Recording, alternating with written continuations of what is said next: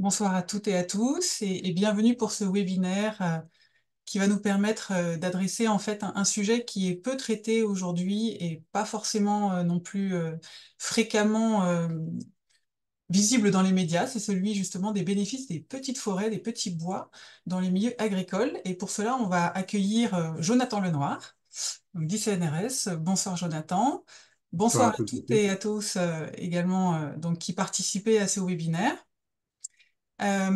Donc ce webinaire va durer 1 heure. On aura un temps de présentation avec Jonathan et ensuite un temps de questions-réponses. Alors on vous invitera à poser vos questions justement dans le chat pendant la présentation et puis Florence s'occupera ensuite de restituer du coup les questions au fur et à mesure pour que Jonathan puisse nous partager ses réponses. Voilà. Et sans plus attendre, je vous propose qu'on attaque tout de suite avec une petite présentation rapide de justement l'association État Sauvage qui organise ce webinaire. Donc Jonathan, je veux bien si on peut venir juste sur les premières slides. Merci beaucoup. Et donc, probablement que vous nous connaissez déjà, mais peut-être pas. Donc, une présentation très rapide pour vous dire qui est État Sauvage, qui est une jeune association créée en 2019, hein, qui est exclusivement aujourd'hui composée de bénévoles qui sont passionnés justement par la préservation de la biodiversité. Et nous, on agit principalement sur la France métropolitaine avec deux grands axes, deux missions. Donc, la première mission, on peut aller sur la diapo suivante. La première mission, c'est justement de la sensibilisation du public. Et c'est pour cette raison-là que l'on organise d'ailleurs des webinaires avec des personnalités comme celle de Jonathan, qui nous permettent de vulgariser les connaissances scientifiques, également de les rendre plus accessibles justement à toutes et à tous. On a également d'autres outils comme notre blog, et puis on est très présent sur le terrain et sur les réseaux sociaux. Et le deuxième axe sur lequel travaille l'association, c'est celui de la préservation des forêts. Et pour ce faire, nous achetons des forêts justement que nous laissons ensuite en libre évolution. Voilà. Et juste avant du coup de laisser la parole à Jonathan, je vais présenter justement notre intervenant de ce soir. Donc, Jonathan Lenoir, merci d'avoir accepté notre invitation. Vous êtes ingénieur forestier et en même temps également docteur en sciences forestières. Vous êtes chargé de recherche au CNRS dans l'unité écologie et dynamique des systèmes anthropisés, qui est basée justement à l'université de Picardie Jules Verne à Amiens. Et vos travaux traitent principalement de l'impact des changements globaux sur la biodiversité, avec un focus plus particulier sur la biodiversité forestière, dont notamment aussi le microclimat forestier. On avait déjà eu l'occasion d'accueillir une autre chercheuse de votre laboratoire. Je vous laisse la parole pour cette présentation et je vous retrouve à l'issue pour les questions. Merci. Merci beaucoup, Julie, pour la présentation. Alors, bonjour à toutes et à tous. Enfin, bonsoir. Du coup, je vais embrayer tout de suite sur la présentation. Donc là, vous avez le titre. Les petits fragments forestiers en paysage agricole rapportent de nombreux services écosystémiques. Alors, ces travaux-là sont des travaux qui ont suivi en fait une collaboration à l'échelle européenne. Donc, c'est un projet européen qui s'appelle Small Forest, enfin, c'est l'acronyme du projet, suivi d'un autre projet européen qui est en lien avec celui-ci qui s'appelle Formica. Et donc, en plus de mon nom, vous voyez d'autres personnes que j'ai listées et qui ont beaucoup contribué et qui sont beaucoup intervenues sur les travaux que je vais vous présenter ce soir. D'où le fait que je passe un peu de temps pour vous présenter cette slide avec les différents participants, ainsi que le consortium Small Forest et Formica, qui sont des projets financés par Biodiversa pour le projet Small Forest et par l'ERC Starting Grant pour le projet Formica. Alors, au niveau voilà, du contexte de cette étude, il faut savoir que l'habitat forestier en Europe est très fragmenté, même si l'espace forestier a beaucoup progressé au cours des dernières décennies, derniers siècles, surtout en France, par exemple. Donc, vous avez une photo ici, une carte plutôt d'abord, qui présente l'état de la connectivité forestière à l'échelle européenne par unité spatiale de 25 km par 25 km. Donc, c'est un grid spatial où on voit que la plupart des pixels sont jaunes ou vert pâle, signifiant un degré de connectivité très faible.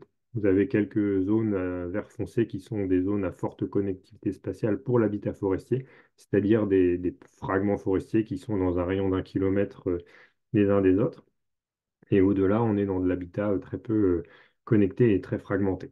Donc 70% de l'espace européen présente un indice de connectivité forestière qui est aujourd'hui inférieur à 30%. Donc on est dans des petits fragments. Et c'est surtout le cas dans des paysages de plaine, hein. Vous pouvez voir justement que les zones qui sont très connectées au niveau de l'habitat forestier sont plutôt des zones de montagne, de haute altitude en France. On voit bien les massifs. Ou bien, par exemple, les Landes de Gascogne avec la fameuse forêt landaise qui est très connectée puisqu'on a des grands espaces forestiers. Et on voit aussi au centre de la France des espaces forestiers qui sont assez conséquents, donc avec un bon indice de connectivité.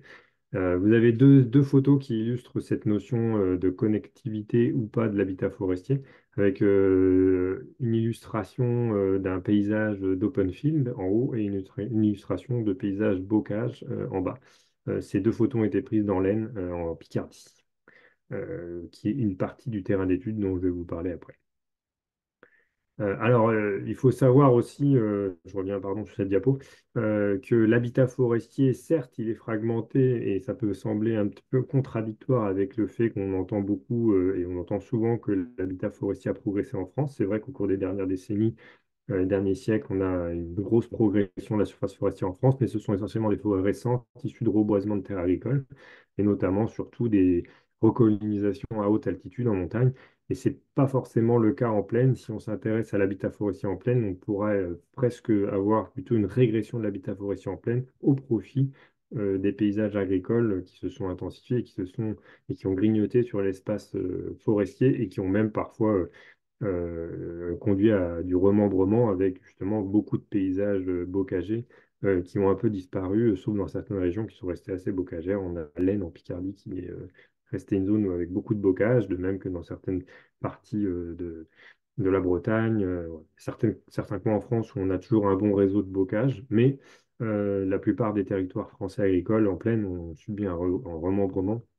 Et donc, on a plutôt une augmentation de la fragmentation forestière, d'où le fait que on ait quand même une augmentation de fragmentation, on a une fragmentation forestière de plus en plus importante, malgré qu'on ait une augmentation de la surface. Ça peut sembler contradictoire, mais ça ne l'est pas, puisque la fragmentation a essentiellement lieu à basse altitude, en plaine, et là où il y a eu de la recolonisation et du reboisement, c'est plutôt en montagne, avec parfois des fragments, des habitats forestiers qui se sont un peu plus étendus, qui sont devenus plus conséquents en surface, mais c'est la recolonisation assez jeune. Alors, je vous parle de ça je vous parle maintenant, ça c'est pour le contexte, et au niveau des théories qui sont un petit peu derrière tout ça, il y a cette notion de théorie des îles. Alors, vous avez peut-être déjà entendu parler de la théorie des îles en biogéographie. Cette théorie permet un petit peu d'avoir un contexte qui nous permet d'émettre des hypothèses sur le niveau de biodiversité qu'on peut avoir au sein d'un fragment forestier. Parce qu'on peut assimiler en fait un fragment forestier ou un petit bois comme une île dans un océan ou une matrice agricole qui n'est pas forcément un habitat favorable pour une espèce forestière qui vit dans l'espace forestier. Donc, si on imagine plein de petits bois, les séparer les uns des autres, ça peut finalement être apparenté à un archipel d'îles, à un îlot, à un ensemble d'îles qui peuvent être plus ou moins connectées les unes aux autres, plus ou moins espacées les unes aux autres.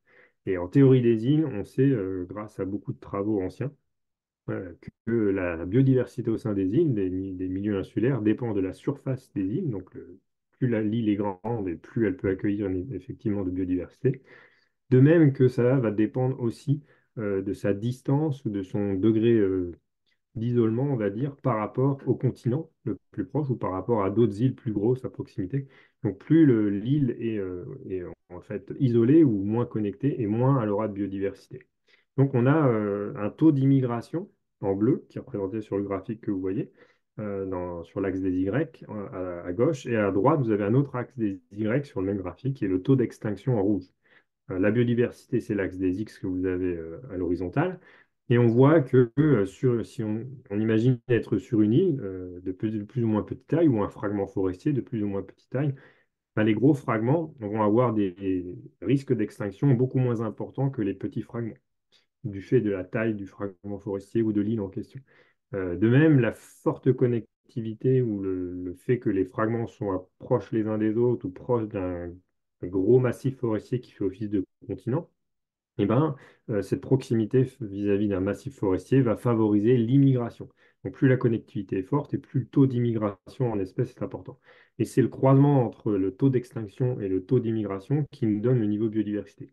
Plus on a d'extinction et moins on a d'immigration, moins on a de risque, moins on a de biodiversité. À l'inverse, plus on a d'immigration et peu d'extinction, plus on a de diversité. Donc les fragments les plus gros très connectés vont être plus riches en biodiversité que les fragments petits qui sont très isolés les uns des autres, avec des taux d'extinction plus importants. Donc ça, c'est ce que nous dit la théorie des îles, de par les les milieux insulaires qui réagissent un petit peu comme ça en termes de niveau de biodiversité. Et on sait aussi que la diversité dans les milieux insulaires dépend de l'âge de ces îles, c'est-à-dire que plus une île est récente, par exemple un atoll en construction ou un volcan qui commence à émerger de la surface de l'eau et à grandir du fait de son activité. Ça va créer une île récente qui, au cours du temps, va grandir en taille, mais aussi va pouvoir accueillir de plus en plus de biodiversité. Donc il y a aussi une relation qu'on appelle espace-temps, mais ici plutôt l'effet du temps sur la biodiversité. Plus on attend, plus on a de temps et plus la biodiversité, plus les espèces peuvent immigrer dans une île qui est de plus en plus ancienne. Donc, plus l'île va être ancienne, ou plus le fragment forestier sera ancien et vieux, et plus il sera à même d'accueillir beaucoup de biodiversité. Donc, c'est la combinaison de ces choses, la connectivité, la taille, mais aussi l'âge des fragments, qui va nous donner un indice sur le niveau de biodiversité qu'on peut observer au sein de ces fragments forestiers, qui sont apparentés ici à des îles. D'où l'importance et le fait que je passe un peu de temps sur cette diapo sur la théorie des îles parce qu'elle est clé pour comprendre la suite. Alors, il y a aussi le fait qu'on sait d'après la littérature qu'il y a aussi un lien direct entre le niveau de biodiversité et le nombre de services ou la provision de services écosystémiques qui peut être apporté par un écosystème. Plus il y a de biodiversité, plus il y a de services produits. Ça, c'est quelque chose qui est montré dans la littérature. Donc, on a une augmentation du nombre de services potentiels produits par un écosystème en fonction de sa biodiversité. Et donc, on supposera, dans le cadre de notre étude ici, que les petits bois, les petits espaces forestiers, les petits fragments forestiers, les plus isolés et donc les moins riches en nombre d'espèces, procurent moins de services écosystémiques que de gros fragments interconnectés qui sont plus riches en biodiversité. Ça, c'est pour la partie spatiale, entre taille et connectivité des fragments. Mais on peut aussi raisonner dans le temps, comme je vous disais tout à l'heure, le fait que les fragments forestiers soient plus vieux, donc un usage forestier ancien du territoire, ne va pas donner le même niveau de biodiversité que si on est sur de la recolonisation forestière récente, de la forestation récente, c'est-à-dire des terres agricoles qui ont été abandonnées au profit de la forêt. Et donc, on aura des fragments forestiers plus vieux qui seront sans doute plus riches en biodiversité que des fragments forestiers plus jeunes, issus de récentes colonisations de terres agricoles. Donc, c'est ce qu'on voit un petit peu aussi sur le graphique que j'ai mis à droite. Vous retrouvez la théorie des îles avec le taux d'extinction et le taux d'immigration, et puis en filigrane, l'âge du peuple des fragments, de jeunes fragments vers la gauche, vers des vieux fragments vers la droite du graphique. Et donc, la croisée de tout ça nous donne différents cas de figure avec un Ka, un Kb, un Kc et un Kd. Le Ka étant le croisement entre des petits fragments à faible connectivité qui auront un niveau de diversité moins important que des gros fragments avec un fort niveau de connectivité en D qui seront plus riches en biodiversité qui est indiqué sur l'axe des X. De même qu'ils auront plus de chances aussi d'être riches en biodiversité si ce sont des vieux fragments en termes d'âge. Et donc tout cela fait que un fragment D par rapport à un fragment A sera plus à même de produire et d'avoir un fonctionnement de l'écosystème qui est optimal. Le fonctionnement de l'écosystème étant lui aussi relié au nombre de services qui peuvent être assurés par ces fragments forestiers. Voilà un petit peu pour la théorie. Maintenant que j'ai parlé de ça, j'aimerais aussi rappeler quelque chose d'assez important. C'est la notion et la différence entre ancienneté de la forêt et âge du peuplement, qui n'est pas la même chose, et on a tendance à les confondre. Quand je parle d'ancienneté de la forêt, c'est pas l'âge des arbres qui compte, c'est l'âge finalement d'usage du terrain ou de la zone comme étant une zone qui a été afforestée depuis longue date. Donc on confond pas ça avec finalement l'âge d'un peuplement qui, lui, par exemple, quand vous êtes dans une forêt, l'âge du peuplement va être donné par l'âge de l'arbre ou de l'essence dominante dans le peuplement. Exemple d'une futée par exemple de hêtre ou de chêne, peu importe l'essence, dans un peuplement forestier. On voit à droite ici un exemple voilà, de trajectoire temporelle entre des stades de semis, gaulis, perchis, jeunes futaies et futaies matures. Et donc ça, c'est l'âge du peuplement. C'est l'âge des arbres qui composent ce peuplement. On peut avoir une forêt avec des semis ou des jeunes gaulis très jeunes et pour autant être sur une forêt très ancienne qui est sièculaire ou pluriséculaire. C'est le cas par exemple si on prend la forêt de Compiègne au nord de Paris, qui est une forêt qui est présente depuis plusieurs siècles, qui autrefois à l'époque romaine était occupée par des zones agricoles plutôt que forestières pour le coup, mais depuis l'époque romaine, gallo-romaine, c'est de la forêt et donc c'est de la forêt depuis très longue date. Mais on peut observer des jeunes peuplements dans ces forêts très très anciennes. Donc ici, moi, quand je parle de fragments anciens, c'est vraiment l'usage, c'est-à-dire le fait qu'on ait attesté que cette zone, elle soit forestière depuis au moins 1850. Pour ça, on utilise des cartes anciennes. Par exemple, en France, on a la chance d'avoir les cartes de Cassini, qui datent de 1700, fin 1700. On va avoir, grâce à ces cartes, une photographie des espaces forestiers présents déjà à cette période. Et si on peut, avec des photos aériennes, montrer que l'espace est toujours forestier depuis un certain temps, eh ben, on peut attester de l'état boisé ancien de ce territoire. Donc c'est comme ça qu'on a un petit peu daté le temps d'occupation des fragments qu'on va étudier dans notre étude ici. Alors, cette étude a été publiée dans le journal qui s'appelle Journal of Applied Ecology. Alors, c'est un journal, cet article pour le coup, il est en libre accès, donc vous pouvez voir le lien en bas de la diapo, qui peut vous conduire directement du coup au PDF de l'article, qui est normalement téléchargeable librement et libre de droit, donc vous pouvez directement accéder à l'article. Alors, je vais vous présenter du coup un petit peu le dispositif de cette étude. Cet article présente justement notre fameux projet européen Small Forest pour les petits bois, avec 8 régions étudiées que vous voyez en rouge disposées sur cette carte de l'Europe. On a les régions les plus au sud situées à Toulouse et les plus au nord à Stockholm en Suède. Les plus à l'est sont des fenêtres paysagères situées en Estonie pour des collègues estoniens qui étaient présents dans le projet, dans le consortium. Et puis on a travaillé avec des collègues belges, des collègues en Allemagne, en Suède donc, et en Estonie. Donc on a 8 régions au total, donc 2 en France, du côté d'Amiens, pas très loin d'Amiens, dans l'Aisne, et puis pas très loin de Toulouse, au sud de la France. Et au sein de ces 8 régions, on a à chaque fois 2 fenêtres paysagères très contrastées. Une fenêtre de type bocage, avec un réseau et un réseau de linéaire de haies très dense. Vous voyez ici un exemple de 2 forêts, de deux, pardon, fenêtres paysagères dans l'Aisne en Picardie. Ça, c'est les sites d'études qui sont le plus proches d'Amiens, là où je suis basé. Vous avez en rouge ben, les zones urbaines, en vert foncé les patchs forestiers, en vert clair des zones pâturées ou des habitats qui peuvent être de la forêt, mais pas de la forêt feuillue, plutôt de la forêt conifère. Et puis vous avez le linéaire de haies représenté en noir. Donc on voit très bien le contraste entre le bocage et l'open field, enfin le bocage à droite et l'open field, pardon, le bocage à gauche et l'open field à droite, où on a un linéaire de haies beaucoup moins dense dans l'open field. Alors, à chaque fois, on a comme ça le même réplica, le même dispositif dans les 8 régions. On a un contraste entre des fenêtres très très connectées de patchs qui sont connectés par un réseau dense de haies versus des patchs forestiers qui ne sont pas forcément connectés, de différentes tailles, des gros, des petits. On voit hein, sur ces patchs, ils peuvent être très très petits. Voilà, si vous voyez ma souris, ça c'est un petit patch, ça c'est un petit patch, ça c'est un gros patch forestier ou un gros fragment, avec un réseau de haies beaucoup moins important qu'ici, où là on a beaucoup de fragments forestiers qui sont interconnectés par le réseau de haies. Donc ça, c'est un petit peu pour la manière dont on a choisi un contraste fort entre des fenêtres paysagères très différentes sur l'usage, en tout cas agricole, de la zone. Et puis, sur ça, chacune de ces fenêtres paysagères, donc 16 au total, puisque 8 fois 2, on a inventorié une série de fragments. Alors, vous avez ici en rouge les fragments que j'ai sélectionnés sur cette fenêtre paysagère et en vert ceux qui n'ont pas été étudiés. Pourquoi? Parce qu'en fait, on ne pouvait pas inventorier non plus tous les fragments au sein d'une fenêtre, qui est d'ailleurs une fenêtre qui est de taille 5 par 5, 5 km par 5 km. Chaque fenêtre paysagère fait 5 km de côté. Et donc, dans ces fenêtres paysagères, on a sélectionné ce qu'on a appelé nos VIP pour Very Important Patches. Et c'est justement sur ces patchs forestiers qu'on a un petit peu jeté notre dévolu en termes de échantillonnage de la biodiversité, mais aussi des services associés. Donc vous voyez que pour chacun des patchs, on a inventorié à la fois la biodiversité et aussi déterminé les services écosystémiques.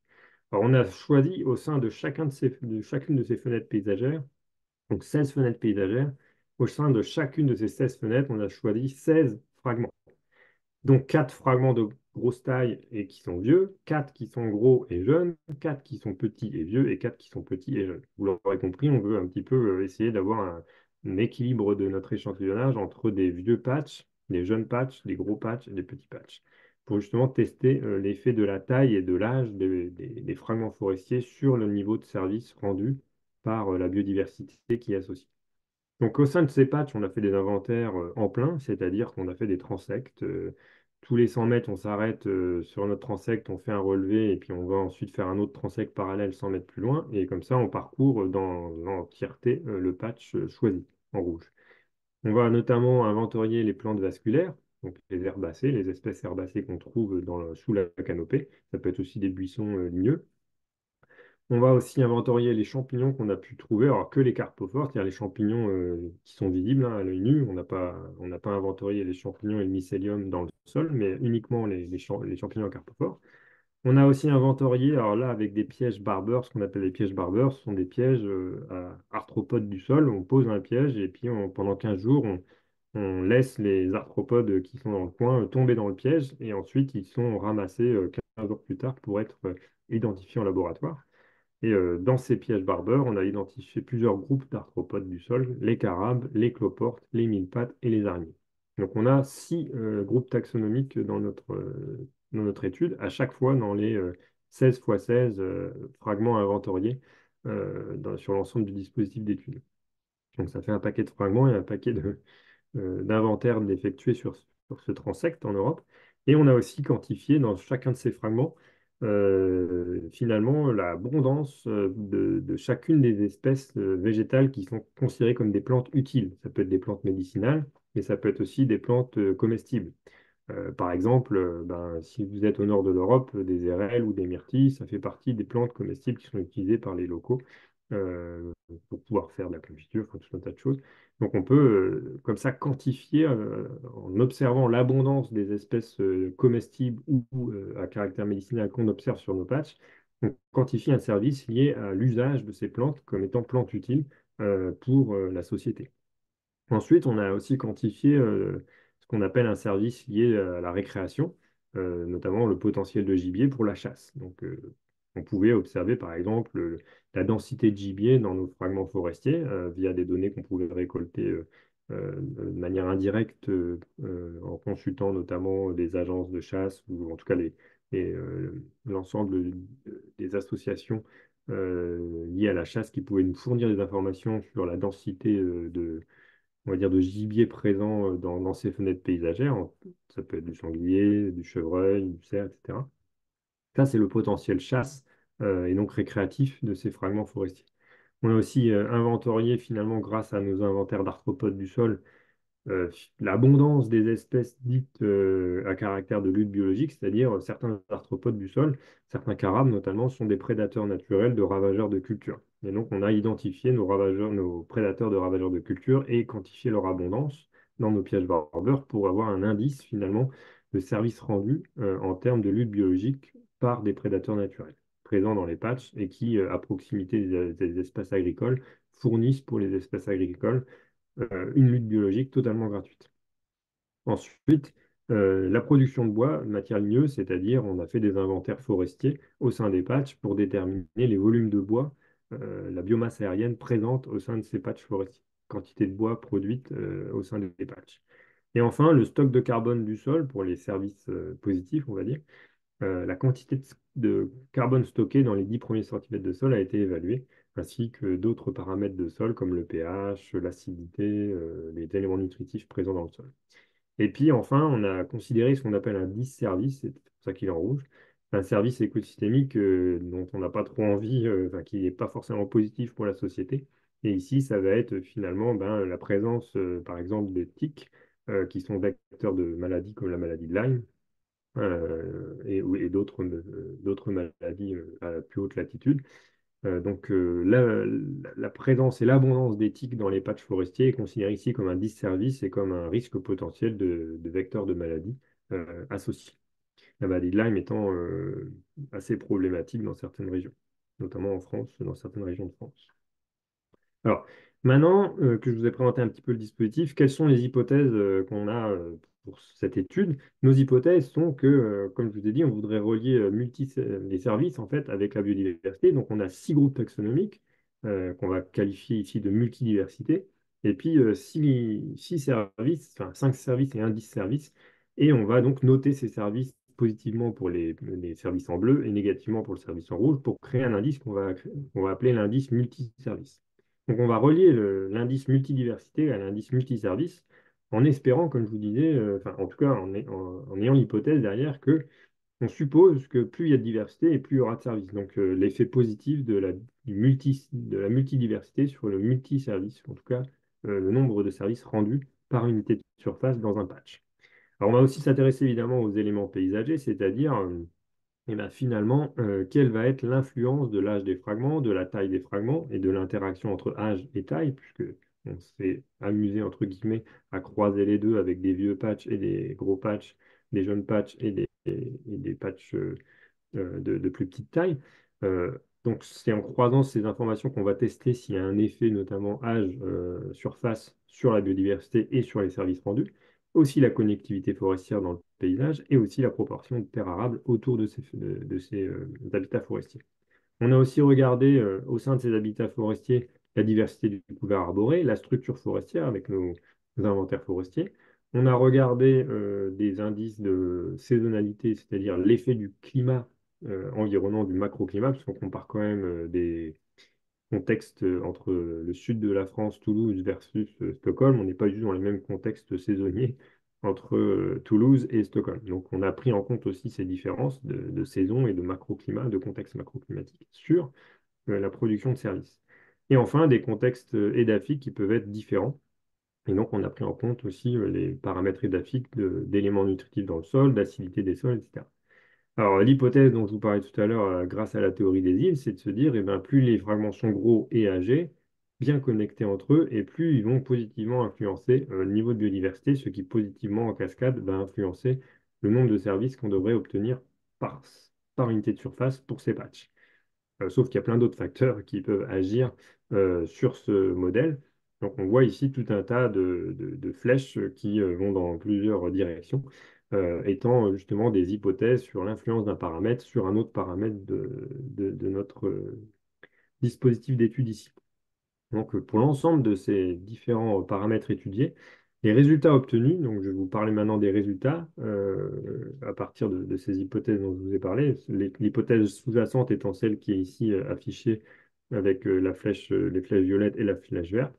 Ce qu'on peut observer dans les résultats, c'est qu'au final, quand on considère les multiservices, c'est-à-dire l'ensemble des services tous ensemble, c'est-à-dire les 5 services positifs et le 10 services, eh ben, on va avoir des effets positifs de l'âge du fragment sur la provision de service, c'est-à-dire que plus le fragment est vieux, plus la provision de service est importante.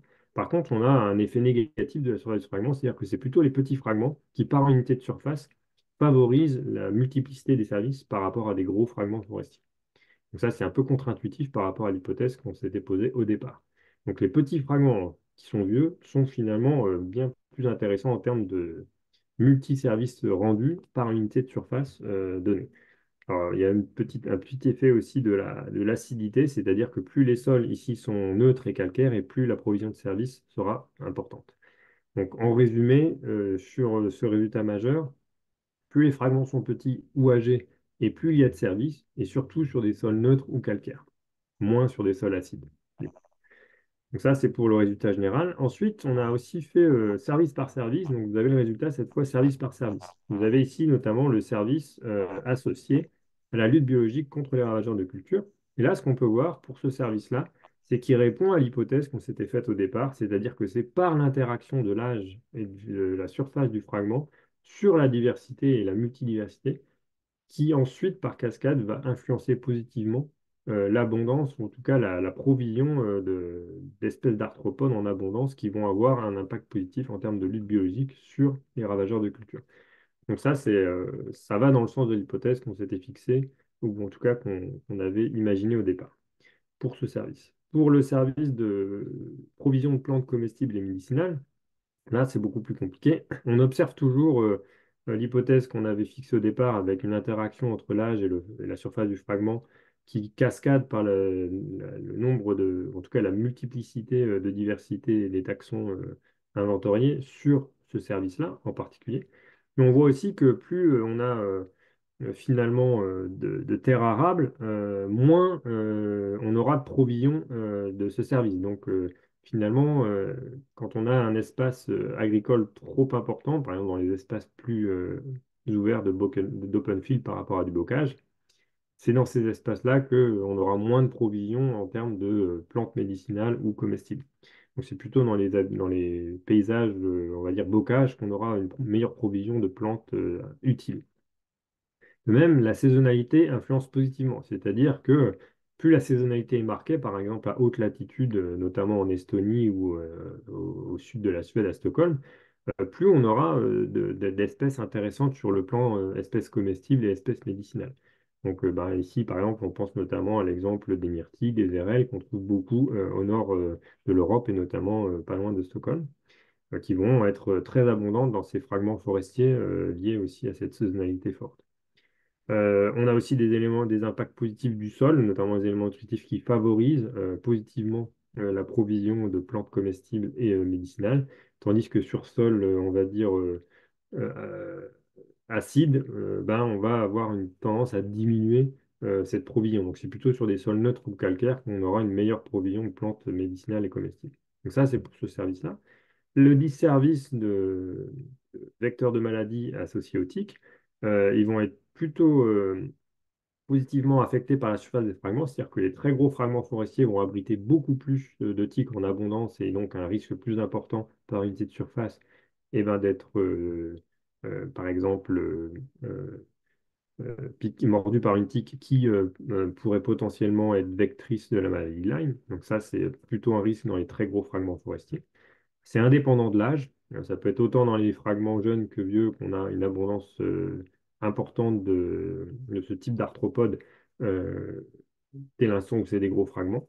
Et puis on a une influence positive des sols acides sur l'acidité et le rapport C/N va influencer positivement l'abondance de ces vecteurs de maladie, de même que les éléments nutritifs, eux, affectent négativement.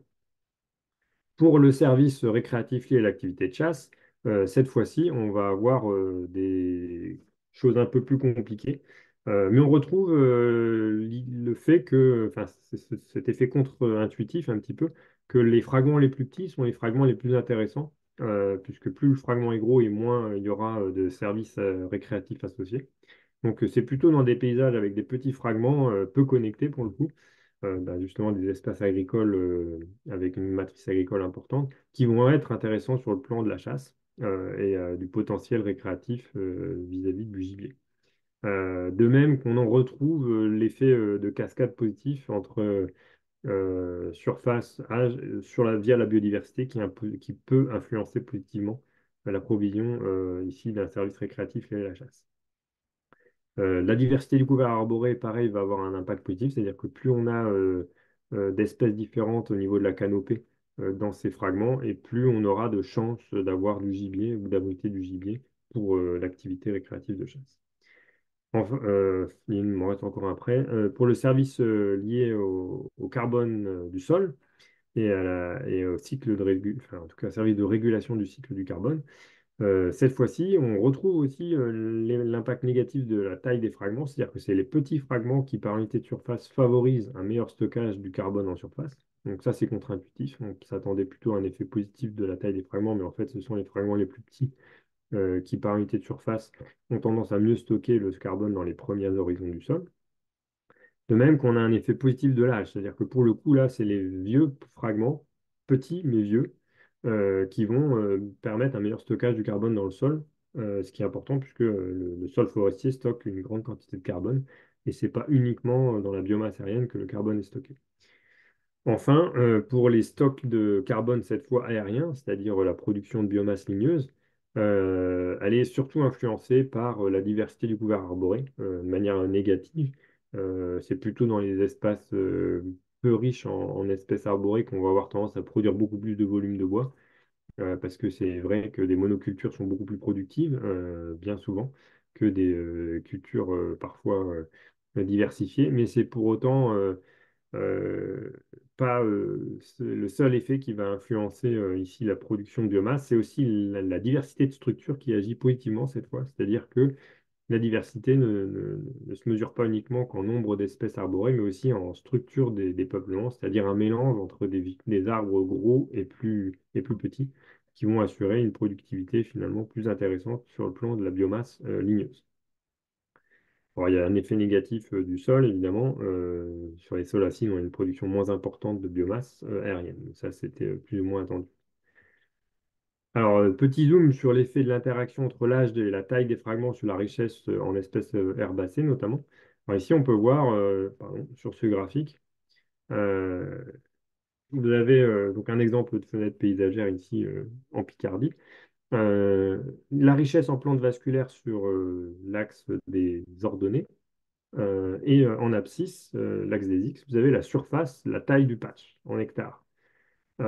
Et puis son âge est affiché suivant la couleur. Donc en rouge, on va dire des fragments jeunes de 10 ans, en fait, des fragments qui sont issus de jeunes recolonisations d'espaces agricoles abandonnés au profit de la forêt. Donc on a des cas de fragments récemment colonisés, qui sont des recolonisations récentes versus des patchs forestiers dans notre étude qui sont très anciens, attestés d'au moins 270 ans d'occupation de la forêt.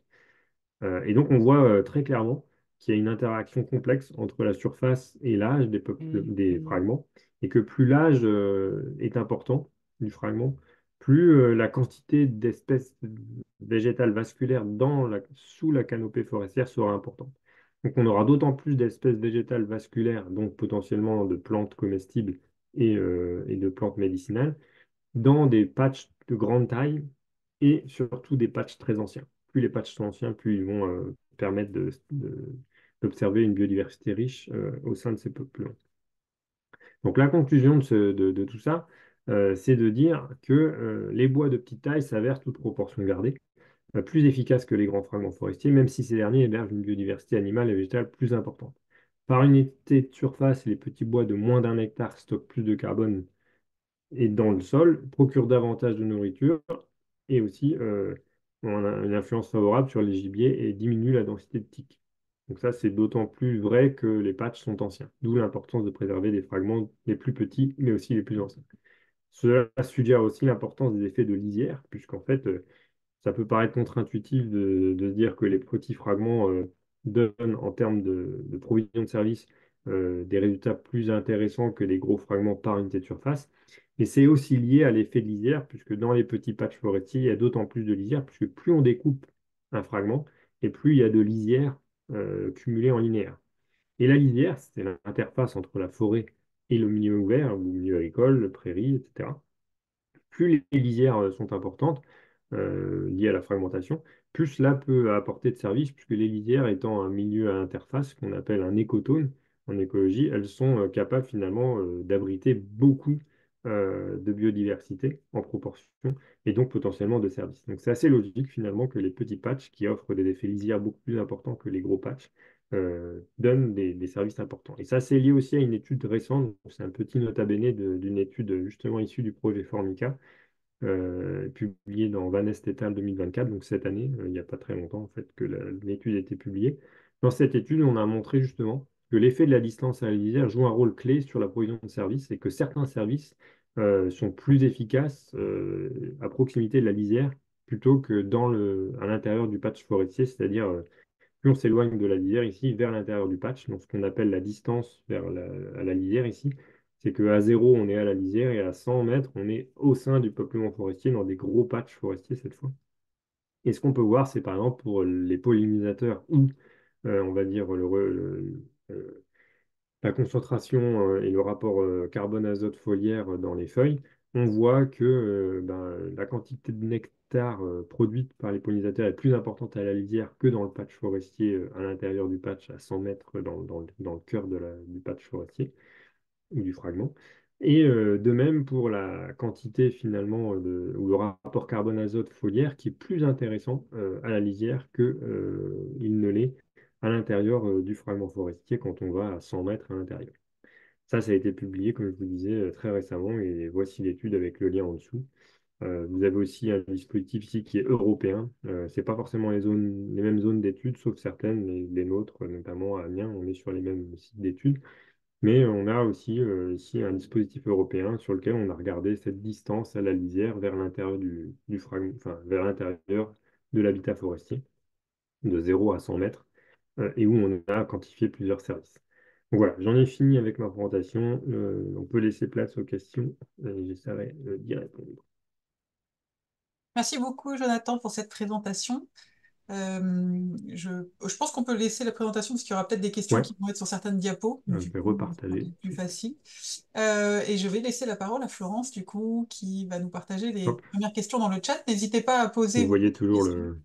Alors, le partage d'écran n'est pas encore bon. Je pense que voilà, c'est bon. C'est parfait. Du coup, Florence, je te laisse la main. Alors, bonjour à tous et toutes. Alors, la première question, dans l'échantillonnage, avez-vous aussi pris en compte leur connectivité, la proximité entre les patchs?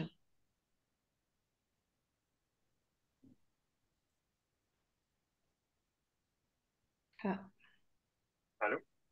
Oui. oui, Alors, vous n'avez pas entendu. ouais, on a été coupé, je suis désolé, j'ai peut-être une connexion un peu instable là, sur la fin. D'accord, mais je vais vous relire la première question. Ouais. Dans l'échantillonnage, avez-vous aussi pris en compte leur connectivité, la proximité entre les patchs? Oui, alors ça c'est une variable dans les différentes variables que je présentais, notamment si je remonte un petit peu, voilà. Ici, on voit la connectivité forestière. Ça c'est un paramètre qu'on a mesuré et on a même parfois été au-delà de la fenêtre, c'est-à-dire qu'on a toujours mesuré dans un rayon, on a pris parfois des rayons de 10 mètres, 15 mètres, 20 mètres, 100 mètres jusqu'à 1 kilomètre en fait. On a fait varier le rayon autour de chaque fragment. Et autour de chaque fragment, suivant le rayon d'action, on a calculé la somme de surface forestière pour avoir notre indice de connectivité. Et en fait, quand on somme les surfaces forestières dans un rayon d'1 kilomètre, ça nous dit si c'est très fragmenté ou si c'est très homogène sur l'habitat forestier. Donc c'est ce genre de variable. On a créé en fait des indices qui sont des zones tampons autour de notre fragment qui vont de taille variable, entre 100 jusqu'à 1 kilomètre autour du patch. Et on a calculé la surface cumulée de forêt dans ces zones-là. Et c'est ça notre connectivité. Merci pour la réponse. Alors, la deuxième question, c'est avez-vous relevé un lien entre gibier et culture alentour? Idem pour les autres espèces. Alors non, on n'a pas du tout regardé les cultures alentours. On s'est vraiment focalisé, nous, sur ce qui se passait à l'intérieur de nos fragments, en termes de biodiversité et en termes de services. Et forcément, on a quantifié des services qui sont intéressants pour les habitats connexes à la forêt et aux fragments forestiers, justement les habitats agricoles. Mais on ne s'est pas intéressé à quantifier, par exemple, la productivité des cultures aux alentours de nos patchs. Est-ce que les patchs ou est-ce que les fragments pouvaient avoir un effet bénéfique sur la production voilà, des parcelles cultivées à proximité par rapport à des zones où on n'aurait pas de patchs forestiers, par exemple, ou de fragments? Ça, on n'a pas regardé. Ok. Alors, la question suivante, avez-vous pu mettre en évidence un lien et surtout un effet de cause à effet et pas uniquement une corrélation entre la structure et la biodiversité? Ah oui, alors ici, c'est une approche de modélisation statistique, donc corrélative. Néanmoins, on a utilisé ce qu'on appelle des modèles de pistes. C'est pour ça qu'on voit des flèches dans tous les sens et qu'elles sont dirigées. Parce que justement, par rapport à des modèles purement corrélatifs, l'avantage de ce qu'on appelle les modèles de pistes, en anglais, on appelle ça des modèles d'équation, enfin, on appelle ça aussi en français des modèles d'équation structurale ou structural equation modeling en anglais. Donc ça, c'est vraiment l'approche qu'on a utilisée dans cette analyse, C'est ce qui nous permet de tester différents chemins, différentes pistes et hypothèses sur la manière dont les variables vont influencer telle ou telle variable. Donc, non, on n'est pas complètement, c'est toujours basé sur des approches corrélatives, mais où on essaye de déterminer un lien de cause à effet, même si on ne peut jamais être à 100% sûr de notre lien de cause à effet. Mais au moins, on va pouvoir tester différentes pistes, justement, différentes hypothèses sur la direction que va prendre l'effet d'une variable qui peut être en fait soit un effet direct, par exemple, on peut avoir un effet direct de la surface du fragment sur la provision d'un service, ou un effet indirect qui passe par la biodiversité, ce qu'on appelle des effets de médiation dans le cas des modèles de piste. C'est-à-dire qu'on peut avoir un effet cumulé de la variable à la fois directement sur l'autre variable, qui est notre variable d'intérêt ici, par exemple la biodiversité ou la provision d'un service, et ben, on peut tester si cette variable de surface ou d'âge du fragment, c'est un effet direct ou un effet indirect qui passe par la biodiversité. Et c'est surtout ça qui nous intéressait. Nous, en fait, on a vraiment testé l'effet de médiation par la biodiversité.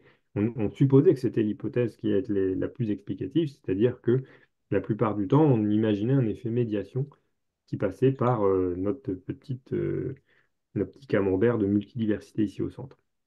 Pour ça qu'il est placé au centre de ce graphique, c'est qu'en fait, c'est le centre de notre travail. On supposait que la biodiversité et la multiplicité des taxons inventoriés étaient un médiateur important pour pouvoir justement prédire la quantité de services produits euh, par unité de surface. C'est le cas pour certains services, mais pas pour tous les services. Et c'est l'intérêt d'utiliser des modèles de piste qui sont des approches, c'est vrai, corrélatives, mais qui permettent d'aller un peu plus loin que juste des corrélations de variable X corrélée à variable Y. Là, on peut vraiment aller dans variable X influence Y. Merci. La question suivante. Avez-vous des hypothèses pour expliquer pourquoi les petits fragments stockent plus le carbone que les grands? Alors, c'est ce que j'essaie d'expliquer avec mes effets lisières. Alors, il faut imaginer que c'est comme quand vous découpez quelque chose, plus vous allez découper votre élément, surface égale, c'est-à-dire que vous prenez un gros patch qui fait 10 hectares et vous prenez plein de petits patchs qui, en cumulé, font aussi 10 hectares, et ben le nombre de lisières, enfin en tout cas le cumul de lisières sur vos 10 petits patchs par rapport au gros, sera démultiplié par peut-être 100. Enfin, c'est vraiment un autre ordre de grandeur. Et donc on augmente l'effet lisière. C'est comme le fonctionnement de notre intestin, en fait, tout est découpé, redécoupé, redécoupé, redécoupé pour augmenter les surfaces de contact. Et ben, en fragmentant l'habitat, on augmente les surfaces de contact. Et si on augmente les surfaces de contact, c'est l'effet lisière dont je parle ici, et ben, on augmente la surface de contact entre l'habitat forestier et l'habitat agricole, par exemple. Et ces surfaces de contact vont être intéressantes pour justement les agriculteurs, puisque plus il y a de surfaces de contact, plus potentiellement il y a des services qui peuvent être intéressants pour notamment la lutte biologique, le stockage de carbone, la quantité de pollinisateurs, puisque aujourd'hui on sait que alors, on n'a pas quantifié ce service dans cette étude, mais dans l'autre dont je vous ai parlé à la fin, et les pollinisateurs sont un élément clé du fonctionnement justement des systèmes agricoles, c'est-à-dire que sans pollinisateurs, c'est compliqué. Donc il y a des services qui vont être très dépendants de la quantité de lisière, et la quantité de lisière dépend de la taille des fragments. C'est-à-dire que si j'ai 10 hectares de forêt, peut-être vaut mieux avoir 10 hectares de petits que 10 hectares en un seul tenant pour avoir un effet lisière plus important. Après, il faut peut-être pas non plus découper à l'extrême parce que on n'a pas été dans l'extrême des très très très petits fragments qui, à un moment donné, peut-être n'ont plus du tout l'efficacité qu'ils auraient si c'est juste un seul arbre, par exemple. Si je réduis mon fragment à un seul arbre, on n'est pas sûr que là, ça marche aussi bien. Donc, on n'est pas allé dans cet extrême-là. Mais grosso modo, l'effet lisière a quand même un effet très bénéfique en termes de service rendu. Merci. Alors, la question suivante. Avez-vous étudié des systèmes agroforestiers avec des haies divisant la parcelle, par exemple, tous les 36 mètres? Et si oui, qu'observez-vous? Alors, on n'a pas exactement ce cas d'étude, mais on a dans d'autres travaux, on s'est intéressé aux haies et à l'importance des haies et la connectivité entre habitats via les haies. Alors, il faut savoir que là, c'est pareil pour les haies. On peut dater les haies, de la même manière qu'on a daté les fragments forestiers. On peut remonter le temps grâce, c'est l'avantage en France, hein, on a ce fameux outil d'ailleurs que le géoportail permet d'utiliser. Si vous n'avez jamais été sur Géoportail, vous pouvez utiliser, et je vous invite à le faire. C'est vraiment super intéressant et il y a un outil qui s'appelle Remonter le temps. Et on peut observer dans un endroit donné en France, grâce à ce géoportail, quelles étaient les cartes justement. On peut remonter à Cassini comme ça et on a les cartes anciennes et on peut voir finalement là où on habite, quel était le paysage finalement autour de notre habitation. Et donc, grâce à ce genre de cartes, on peut voir d'ailleurs des haies anciennes aussi sur ces cartes de Cassini. Donc, si on est capable d'identifier des haies qui étaient présentes sur Cassini et qui le sont toujours aujourd'hui, c'est des haies de potentiellement 250-300 ans. Ça, on a fait une étude de ce type-là dans l'Aisne, en Picardie, et sur l'ensemble de la Picardie, Somme, Aisne et euh, surtout dans la Somme et dans l'Aisne, où on avait plus de données. Et ce qu'on a pu voir sur, euh, sur l'ensemble de ces données qu'on a pu dater, ou en tout cas les haies qu'on a pu dater grâce aux cartes anciennes, c'est que les haies les plus anciennes sont aussi les haies qui présentent le plus de biodiversité forestière, le plus d'espèces spécialistes de la forêt. Et donc, en fait, les haies anciennes, ce sont elles qui permettent aux espèces forestières de migrer d'un patch à l'autre. Alors que les haies les plus récentes, qui sont issues voilà, de construction récente, hein. On a, par exemple, si on prend pas très loin d'Amiens, on a des coins où on a des haies qui ont à peine 10-20 ans en fait, d'existence. Et dans ces haies-là, on trouve très peu d'espèces spécialistes de la forêt. Parce qu'il faut un certain temps avant que des espèces forestières colonisent des habitats de ce type-là. Donc l'importance de la connectivité, elle n'est pas uniquement spatiale, elle est aussi temporelle. On parle de la continuité temporelle en fait, de l'habitat. Et donc, il y a une continuité spatiale et temporelle qui est clé pour pouvoir justement mesurer la connectivité des espaces et la manière dont les espèces vont pouvoir migrer d'un point A à un point B. Donc, ça, c'est vraiment un autre point important. Et les travaux qu'on a pu faire dans notre unité à Edison, euh, c'est justement, dans une autre étude, hein, on a montré que les haies les plus anciennes sont des vecteurs et permettent à des espèces forestières spécialistes de migrer d'un fragment à un autre, ce qui n'est pas forcément le cas des haies récentes. Donc on ne remplace pas une haie ancienne en plantant une nouvelle haie. Mieux vaut garder les haies les plus anciennes. Alors ça n'empêche pas de planter des nouvelles haies quand même, hein, mais c'est pas parce qu'on va raser une haie et en planter une autre qu'on aura fait une opération neutre. Au contraire, on aura détruit la haie la plus intéressante. Donc la haie ancienne est vraiment quelque chose qu'il faut conserver dans l'habitat. La question suivante. Vous avez parlé de 1 hectare comme surface pour les petits fragments. Avez-vous pu mettre en évidence des effets de seuil? Alors non, on n'a pas été dans. Alors, ou si peut-être, mais je me souviens plus là dans le détail. Il faudrait regarder l'étude. Alors, faut pas hésiter à aller la télécharger. Elle est libre, donc il faut juste. Alors c'est en anglais par contre, désolé. Mais si vous êtes curieux pour regarder un petit peu ces effets seuil, il me semble qu'on avait dans mes souvenirs, parce que maintenant ça date un petit peu. C'était publié en 2020. Et l'étude, bon, forcément, c'était publié en 2020, mais on a travaillé dessus bien avant, hein. C'est des travaux qui ont commencé en fait en 2013 et qui ont finalement été publiés en début 2020. Mais dans l'étude, vous devriez pouvoir trouver l'information sur les effets seuil, puisqu'on avait un petit peu regardé ça quand même dans mes souvenirs. D'accord. Mais j'ai pas les chiffres en Euh, tête. Je suis désolé. alors ensuite, on a... alors, dans le parc national de forêt, les forêts sont essentiellement des forêts en renouvellement naturel sur les hauts plateaux cal- calvaires, je pense que c'est calcaire peut-être, qui séparent les différentes rivières affluentes de la Seine. Certains plateaux ont été convertis en grandes cultures. Parfois, ils restent au milieu des fragments de la forêt où il y avait trop de pierres. Ce que je comprends de l'étude, c'est que ces patchs anciens sont importants pour la biodiversité. Quelle est la surface minimum? Oui. Bah, justement, oui, quand on parlait d'effet seuil, ça rejoint un peu la question précédente. Alors oui, c'est tout à fait ça, hein. La conclusion, c'est effectivement de dire que c'est pas parce qu'il est tout petit que ce fragment est inutile. Dès l'instant où il est ancien, il faut le préserver en fait. Alors, c'est pas forcément aussi important pour des petits fragments récents, mais alors les petits fragments très anciens, il faut surtout pas les supprimer.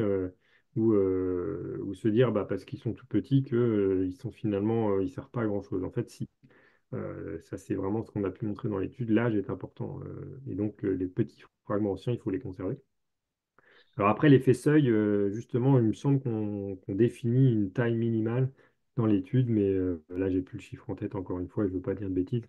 Donc, je vous invite à aller un petit peu lire l'étude un peu plus en détail. Après aussi, nous, on n'a pas été non plus, comme je disais, dans des extrêmes on aurait pu aller dans des extrêmes plus forts en termes de petite taille. Peut-être qu'à un moment donné, on aurait trouvé enfin, abouti à un résultat inverse. Si on va à l'extrême du très très petit, c'est-à-dire si dans la caricature, on va sur l'arbre unique, pas sûr qu'on ait autant de services rendus. Quoique, si c'est un arbre vétéran, les fameux chênes de 500 ans, bon, on peut imaginer que c'est pareil, hein. Ces arbres-là sont, de par leur ancienneté, voilà, des hôtes de biodiversité importants, malgré le fait qu'ils soient uniques et présents, que sur l'espace, finalement, ils occupent un territoire limité. Mais pour autant, du fait de leur présence ancienne, ils vont abriter énormément de biodiversité. Donc, encore une fois, on en revient à ce que je disais tout à l'heure pour les, mais c'est vrai pour les patchs aussi. Euh, il faut aussi voir les choses dans le temps. C'est ça qui est compliqué, c'est qu'on a tendance, nous, à avoir une vision très liée à notre expérience humaine, c'est-à-dire qu'on voit les choses à l'expérience de notre vie, donc peut-être maximum 50, 60 ans. Mais il faut pouvoir imaginer les choses dans des pas de temps beaucoup plus longs pour la forêt, pour le végétal, notamment les arbres longévifs comme des chênes. Un chêne de 100 ans, c'est un adolescent, hein. Donc, du coup, quand on réfléchit comme ça, bah, la continuité temporelle, elle est importante pour assurer justement un fonctionnement optimal de ces habitats. Merci. Alors, en fin de présentation, vous avez dit les forêts avec des âges différents ont un effet bénéfique. Je me convertis en irrégulier avec AgroParisTech. Ça m'intéresserait d'avoir des références sur l'influence bénéfique de l'irrégulier. Est-ce que vous avez Alors des... là, ouais, du coup, je pense que le mieux, c'est peut-être de voir avec enfin, ProSilva France qui peut-être a les meilleures études, en tout cas sur l'influence du traitement en irrégulier. Oui, de toute manière, l'irrégularisation des peuplements et des forêts en général, c'est ce qui, enfin, c'est en tout cas la marche à suivre aujourd'hui avec le réchauffement climatique. Je n'ai pas parlé de ça, mais beaucoup d'études montrent que l'impact des changements climatiques sera moindre si on a des forêts mélangées et pas seulement mélangé en termes de nombre d'essences et de biodiversité, mais mélangé aussi en termes de classe d'âge, de classe de diamètre, de classe de hauteur. Donc plus la forêt est complexe, en fait, c'est-à-dire plus c'est, entre guillemets, le bordel, si je m'exprime ainsi, mais mieux c'est, parce que c'est pas en standardisant nos habitats forestiers qu'on pourra résister, enfin qu'on aura des habitats résistants et résilients. Au contraire, c'est le talon d'Achille des forêts comme la forêt landaise aujourd'hui, qui subit de plein fouet le réchauffement climatique, pas parce qu'elle est trop simple, elle est trop simple pour pouvoir résister et être résiliente à un changement. Quand on simplifie le système à outrance avec une seule espèce où tous les individus dans le peuplement, ils ont le même âge, ils ont la même taille, ils répondent à des standards clés avec des diamètres prêts pour être passés dans des usines et ça dépasse pas 60 cm et c'est comme ça. Bon, ben, ça marche bien quand il n'y a pas de couac au niveau climatique, c'est-à-dire que le climat il bouge pas et qu'il est toujours le même et que voilà, tout va bien. Donc oui, la forêt monospécifique et ce modèle-là, il marche bien en système stable. Mais en système instable, comme c'est le cas aujourd'hui, et ce sera encore plus le cas dans le futur, c'est pas un système viable à l'avenir. Je pense que les propriétaires forestiers, ils doivent déjà, même si peut-être ils se disent qu'à court terme, c'est pas une bonne opération parce que c'est peut-être moins rentable de diversifier sur le court terme, mais sur le très long terme, c'est la meilleure opération de complexifier les écosystèmes forestiers en mélangeant les essences, en mélangeant les classes d'âge et en mélangeant les classes de hauteur. Donc l'irrégularisation de la futaie, oui, la futaie jardinée, la futaie irrégulière, c'est quand même une meilleure option vis-à-vis de la futaie régulière, en tout cas la sylviculture futaie régulière traditionnelle, qui marchait bien jusque-là, jusqu'avant le réchauffement climatique, j'ai envie de dire, c'était un modèle qui fonctionne. Mais c'est un modèle qui voit ses limites aujourd'hui du fait du réchauffement climatique. On a une dernière question, je crois, de Guillaume. Ah, j'ai du mal à la. Euh, voilà, c'est dommage qu'on détruise par an 23 000 km de haies en France pour n'en planter que 3 000 km. Et même si on a un plan 2030, et je crois 50 000. Allô? Oui, vous m'entendez? Allô, vous m'entendez? Ouais, je suis désolé, j'ai eu une coupure encore. Donc la dernière question, je n'ai pas entendu. Alors, c'est dommage qu'on détruise par an 23 000 km de haies en France pour n'en planter que 3 000 km. Et même si on a un plan 2030 à, je crois, 50 000 km de nouvelles haies, il doit Allô? y avoir un coefficient multiplicateur. Allô, allô? Ah, ça revient. Je suis désolé, Voilà. j'ai peut-être coupé ma vidéo, mais vous m'entendez toujours? D'accord. Alors, en gros, en résumé, si on détruit 1 km de haies anciennes, combien faut-il de kilomètres pour compenser? Ah, mais ça se mesure même pas, c'est impossible à compenser. Euh, c'est très compliqué de répondre à ce genre de questions, puisqu'on ne remplace pas 300 ans en plantant peut-être 3000 km. Hmm. Euh, c'est c'est pas des mesures de compensation qui permettent d'avoir un. C'est très compliqué de restaurer la continuité temporelle. Une fois qu'on a supprimé des espaces de forêt ancienne ou de haies anciennes, c'est très difficile de revenir à cet état d'ancienneté. Donc, on ne le compense pas forcément en démultipliant en surface. C'est sûr qu'après, ça n'empêche pas quand même de le faire aujourd'hui à un moment donné. Si on ne le fait pas, ce ne sera pas fait pour les générations futures. Donc, ça n'empêche pas qu'il faut commencer effectivement à replanter et à réfléchir à l'espace dans lequel on vit de manière un peu plus végétale parfois. Euh, alors pour autant, il ne faut pas non plus mettre de la forêt et des arbres partout. C'est pas ça, c'est pas la solution. Il y a des habitats qui sont plus efficaces, notamment à stocker le carbone. Les milieux humides sont aussi des habitats importants. Donc, c'est très compliqué de parler de compensation en balançant finalement voilà, des grandes quantités en linéaire ou en surfacique ou en nombre d'arbres à planter. C'est très bien, mais ça ne compensera jamais des destructions de forêts anciennes ou d'arbres anciens. Donc, avant tout, ou en tout cas en parallèle de faire de la plantation, il faut préserver des habitats anciens. Merci beaucoup. Eh bien, écoutez, je crois que c'était la dernière question. Euh, Merci Florence. alors, il y en a. Ah non, oui, voilà, c'était la dernière question. Merci Florence. Bah, du coup, je vais poser la dernière question. J'en avais une aussi de mon côté, qui était de savoir un petit peu si vous aviez pris en compte les typologies de culture, justement, parce qu'il pouvait peut-être y avoir aussi ce paramètre qui pouvait, d'une certaine manière, provoquer comme une espèce de boucle rétroactive négative sur les fragments forestiers. Alors, Ouais, c'est revenu, désolé. J'ai vraiment une mauvaise connexion sur la fin, là. Je sais pas ce qui se passe.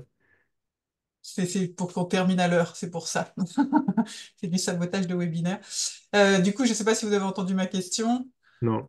Non, oui, je demandais si vous aviez pris en compte le paramètre des typologies de culture, justement, autour des fragments, puis qui pouvaient peut-être générer un peu comme une boucle de rétroaction négative, finalement, sur les fragments et sur la biodiversité, et du coup, les services écologiques rendus par ces fragments forestiers. Alors oui, on l'a pas fait dans l'étude des fragments, mais par contre, dans l'étude dont je parlais sur les haies, on a étudié l'impact finalement des cultures adjacentes. Et suivant le type de culture, on n'a pas les mêmes impacts. Donc, on a montré, par exemple, que des cultures plus intensives par rapport à des pâtures ou voilà, des chemins, on va dire que, par exemple, une haie bordée d'un chemin et d'une prairie ne va pas subir la même pression en termes voilà, de ce qu'on appelait l'impact des pressions adjacentes, en fait, sur notre haie par rapport à une haie qui est en fait bordée à droite à gauche par par deux champs, une culture de maïs et puis une culture de colza par exemple. on va vraiment avoir des impacts différents. Et oui, ça c'est sûr que c'est important, mais on n'a pas tenu compte pour nos fragments forestiers. D'accord, ben merci beaucoup pour cette réponse et toutes les autres réponses également. Merci De pour cette rien. présentation, Jonathan. Je vois qu'il y a des messages qui s'affichent aussi dans le chat pour vous remercier pour la qualité Ouais, de la c'est très présentation. gentil. Merci beaucoup pour tous les messages, ça fait plaisir. Je suis désolé pour les couacs de connexion à la fin là. Je pense qu'on a eu enfin, toute la présentation sans souci et que du Oui. coup, c'est Je sais pas si résiduel. vous Voilà. m'entendez encore. Il y a pas de problème sur ces derniers couacs. Eh bien, merci encore. On vous retrouve du coup sur le webinaire en rediffusion sur notre chaîne YouTube pour celles et ceux qui le souhaitent. Et pour un prochain webinaire, peut-être avec Jonathan, si il est d'accord. Voilà. Pourquoi Merci. pas? Bonne soirée à Merci à vous. vous. Bonne soirée, merci, au revoir. Au revoir.